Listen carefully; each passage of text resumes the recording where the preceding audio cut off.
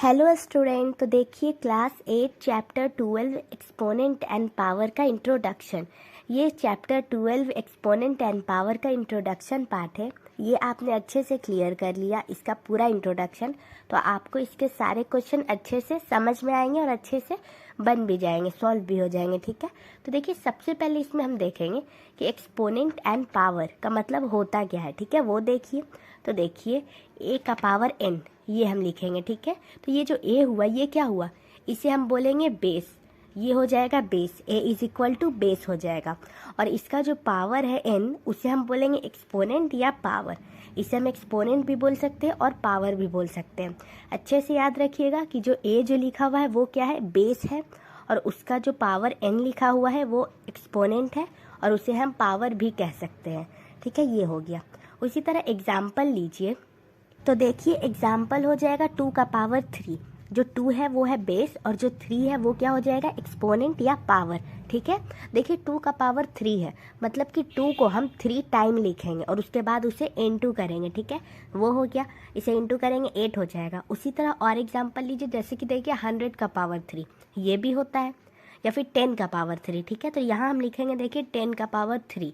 10 का पावर 3, 10 जो है वो क्या हो जाएगा, बेस हो जाएगा, और जो 3 है वो क्या हो जाएगा, एक्सपोनेंट मतलब पावर। ठीक है, अब देखिए मतलब कि 10 को 3 टाइम लिखेंगे और इनटू करेंगे तो क्या हो जाएगा 1000। ये हो गया। उसके बाद देखिए यहाँ जो ए का पावर एन था उसे हम क्या लिख सकते हैं। ठीक है, तो देखिए उसे हम क्या लिखेंगे, उसे हम लिखेंगे a raise to the power N.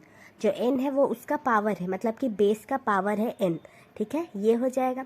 उसके बाद देखिए इसमें आप और भी एग्जाम्पल ले सकते हैं। ठीक है, कुछ भी इसमें एग्जाम्पल ले सकते हैं। तो जैसे कि यहाँ हम लिखेंगे 8 का पावर 3, या फिर 2 का पावर 3, 4 का पावर 8, कुछ भी लिख सकते हैं। ठीक है, अब देखिए जैसे कि यहाँ हम लिखेंगे 8 का पावर 3। तो देखिए 8 का पावर 3 मतलब क्या, कि 8 को हम 3 टाइम लिखेंगे। ठीक है, ये हो गया। उसके बाद देखिए अब हम यहाँ लिखे हैं 2 का पावर 4। इसका मतलब क्या हुआ कि 2 को हम 4 टाइम लिखेंगे, मतलब 2 को 4 टाइम लिखेंगे। 2 इंटू 2 इंटू 2 इंटू 2, ये हो गया। ठीक है, आई होप आपको ये अच्छे से क्लियर हो गया होगा। ये क्या था, ये था पॉजिटिव एक्सपोनेंट। अब हम क्या देखेंगे, निगेटिव एक्सपोनेंट, वो अच्छे से क्लियर कीजिए। तो देखिए अब हम देखेंगे निगेटिव एक्सपोनेंट। अब देखिए उसका मतलब क्या होता है, इसमें सबसे पहला कंडीशन हम देखेंगे ए का power minus N is equal to, इसे क्या लिख सकते हैं। तो देखिए ए का पावर -1 है, तो माइनस के जगह पे हम ऊपर में 1 लिखेंगे और 1 बाई ए का पावर एन, ये हो जाएगा। ठीक है, उसी तरह एग्जाम्पल से समझिए। जैसे कि देखिए एग्जाम्पल लिखेंगे 2 का पावर -2, तो इसमें क्या हो जाएगा 1 बाई 2 का पावर 2, ये हो गया, क्योंकि ए के जगह पे 2 है और एन के जगह पे भी 2 है। ये हो गया। तो आई होप आपको ये अच्छे से क्लियर हो गया होगा। आप इसे सॉल्व भी कर सकते हैं। उसके बाद देखिए इसे ही हम इन्वर्स करके भी लिख सकते हैं। ठीक है, वो कैसे लिखेंगे देखिए। तो देखिए इन्वर्स में हम लिखेंगे ए का power N is equal to में क्या हो जाएगा 1 बाई ए का पावर -n, ये हो जाएगा इसे इन्वर्स करने के बाद। ठीक है, इसी में हम एग्जाम्पल भी देखेंगे, वो देखिए वो और अच्छे से क्लियर हो जाएगा। तो देखिए इसमें एग्जाम्पल में हम क्या लेंगे, तो इसका एग्जाम्पल हो जाएगा 2 का पावर 2। ठीक है, इसे क्या लिख सकते हैं 1 बाई 2 का पावर -2, ये हो गया। ठीक है, तो आई होप आपको निगेटिव एक्सपोनेंट भी अच्छे से क्लियर हो गया होगा। अगर आपको इसमें कोई भी डाउट आता है या फिर कुछ समझ नहीं आता है तो आप कमेंट कर सकते हैं। चलिए तो अब हम देखेंगे नेक्स्ट, वो आप अच्छे से क्लियर कीजिएगा। तो देखिए स्टूडेंट, अब हम देखेंगे लॉज ऑफ एक्सपोनेंट। ठीक है, एक्सपोनेंट का लॉज ये बहुत ही इंपॉर्टेंट है, ये आपको रिमेंबर होना चाहिए क्वेश्चन सॉल्व करने के लिए। इससे इजीली क्वेश्चन सॉल्व होंगे और अच्छे से समझ में भी आएंगे। ठीक है, ये आपको रिमेंबर करना है। ठीक है, तो वो देखिए और इसके साथ हम एग्जाम्पल भी देखेंगे। तो देखिए सबसे पहला लो क्या है, ए का पावर m इंटू ए का power n is equal to a का पावर m प्लस n। मतलब कि देखिए दोनों का बेस सेम है और दोनों का पावर अलग है, और इंटू में है तो हम क्या करेंगे, बेस लिख के दोनों के पावर को ऐड कर देंगे। अब एग्जाम्पल से समझिए। जैसे कि देखिए 2 का पावर 2 इंटू 2 का पावर 1, दोनों का बेस सेम है और पावर अलग अलग है, इसमें भी हम ऐड कर देंगे 2 का पावर 2 प्लस 1। ठीक है, तो ये हो गया फर्स्ट लो। आई होप आपको अच्छे से क्लियर हो गया होगा। चलिए सेकंड लो देखिए। सेकंड लो क्या है देखिए, ए का पावर m बाई ए का power n is equal to a का पावर m माइनस n। ठीक है, बेस सेम है, पावर अलग अलग है, और डिवाइड में है तो हम माइनस कर देंगे। उसी तरह एग्जाम्पल देखिए 2 का पावर 3 बाई 2 का पावर 1 इज इक्वल टू 2 का पावर 3 माइनस 1। तो आई होप आपको ये भी अच्छे से क्लियर हो गया होगा और ये सब आप अच्छे से रिमेंबर कर लीजिएगा, ये बहुत ही इम्पॉर्टेंट है। ठीक है, तो देखिए थर्ड लॉ क्या है, ए का पावर m ब्रैकेट में है और n है। ठीक है, तो इसे हम क्या लिखेंगे, a का पावर m इंटू n। तो इसे एग्जाम्पल से देखिए जैसे कि 2 का पावर 3 ब्रैकेट में है और 2 अलग है पावर, तो इसे हम क्या लिख देंगे, 2 का पावर 3 इंटू 2, दोनों पावर को इंटू कर देंगे। ये हो गया थर्ड लॉ।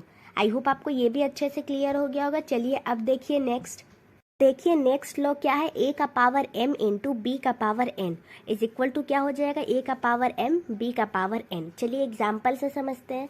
जैसे कि देखिए 2 का पावर 2 इंटू हम यहाँ लिख देते हैं 3 का पावर 4। ठीक है, 3 नहीं 3 का पावर 4। ठीक है, तो ये हो गया। ठीक है, तो देखिए इसे हम क्या लिख सकते हैं, इसे हम साथ में लिख देंगे, मतलब कि 2 का पावर 2 और 3 का पावर 4। ठीक है, ये हो गया। तो आई होप आपको ये लॉ भी अच्छे से क्लियर हो गया होगा। नेक्स्ट देखिए ये क्या है, a का पावर m इंटू बी का power m is equal to A B का पावर m। ठीक है, तो इसका एग्जाम्पल देखिए क्या लेंगे हम। जैसे कि देखिए दोनों है इंटू में और पावर सेम है। ठीक है, m पावर सेम है, तो हम दोनों बेस को इंटू कर देंगे और पावर बस लिख देंगे। तो जैसे कि देखिए 4 का पावर 2 इंटू 3 का पावर 2। देखिए इसे हम लिखेंगे 4 इंटू 3 और पावर क्या हो जाएगा 2, क्योंकि दोनों का पावर सेम है, हम साथ में ऐसे ही डायरेक्ट लिख देंगे कि 4 इंटू 3 और 2 हो जाएगा इसका पावर। ठीक है, ये हो गया फिफ्थ लॉ। आई होप आपको ये भी अच्छे से क्लियर हो गया होगा। चलिए अब हम देखेंगे नेक्स्ट लॉ। तो देखिए नेक्स्ट लॉ में क्या है, a का पावर m बाई b का पावर m, मतलब कि देखिए बेस अलग अलग है और पावर सेम है, तो इसे हम क्या लिखेंगे, a by b power m। तो देखिए एग्जाम्पल लेंगे, 4 का पावर 2 बाई 3 का पावर 2 इज इक्वल टू में क्या हो जाएगा, 4 बाई 3 और पावर 2, क्योंकि दोनों का पावर सेम है हम बस पावर 2 लिख देंगे। ठीक है, तो ये हो गया सिक्स्थ लॉ। आई होप आपको ये भी अच्छे से क्लियर हो गया होगा। चलिए अब हम देखते हैं सेवन्थ लॉ, जो कि बहुत ही इम्पॉर्टेंट है। तो देखिए सेवन्थ लॉ में क्या है, a का पावर 0 इज इक्वल टू 1, मतलब कि जहाँ भी a का पावर 0 होगा, मतलब किसी भी नंबर का पावर 0 होगा तो उससे हम क्या लिखेंगे 1, वो 1 के इक्वल होता है। जैसे कि देखिए 2 का पावर 0 तो वो क्या होगा 1। इसी तरह आप देखिए अगर 100 का पावर भी 0 हो जाएगा तो वो भी क्या हो जाएगा 1। उसी तरह 10,000 का पावर भी 0 तो वो भी क्या होगा 1। मतलब किसी भी नंबर का पावर अगर 0 हो जाएगा तो वो क्या हो जाएगा 1 हो जाएगा, 1 के इक्वल हो जाएगा। तो आई होप आपको ये अच्छे से क्लियर हो गया होगा। नेक्स्ट देखिए ये कि सबसे लास्ट लॉ क्या है, 1 का power m is equal to 1, मतलब कि 1 का पावर कुछ भी रहे वो किसके इक्वल होगा, 1 के इक्वल होगा। जैसे कि देखिए 1 का पावर 2 इज इक्वल टू 1 हो जाएगा, 1 का पावर 100 भी है तो वो भी 1 हो जाएगा, अगर 1 का पावर निगेटिव में है तो भी वो 1 हो जाएगा। देखिए 1 का पावर -1 इज इक्वल टू 1 और 1 का पावर 4 इज इक्वल टू 1। तो आई होप आपको लॉ ऑफ एक्सपोनेंट अच्छे से क्लियर हो गया होगा। तो चलिए अब हम देखेंगे नेक्स्ट। चलिए स्टूडेंट अब हम क्या देखेंगे, express the number in standard form. ठीक है, ये आप अच्छे से क्लियर कर लीजिएगा, ये भी बहुत इंपॉर्टेंट है। इसमें हम दो तरह से देखेंगे, एक देखेंगे राइट से लेफ्ट और एक देखेंगे लेफ्ट से राइट। ठीक है, और आई होप आपको लॉ ऑफ एक्सपोनेंट अच्छे से क्लियर हो गया होगा। और अभी तक आपको कोई भी डाउट आता है तो आप कमेंट कर सकते हैं। चलिए अब हम देखते हैं express the number in standard form.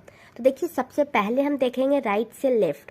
जैसे कि देखिए हम लिखेंगे 1.39000000। ठीक है, ये हो गया। अब देखिए 1 के बाद पॉइंट है तो वो हम कैसे लिखेंगे।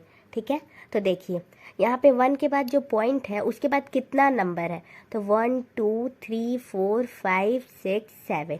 ठीक है, ईजिली आप काउंट कर लीजिए ये कितना है, 7 नंबर है। देखिए 1 2 3 4 5 6 7, पीछे से काउंट करेंगे ये हो गया। तो यहाँ हम क्या लिखेंगे, देखिए 1.39 इंटू 10 का पावर 7।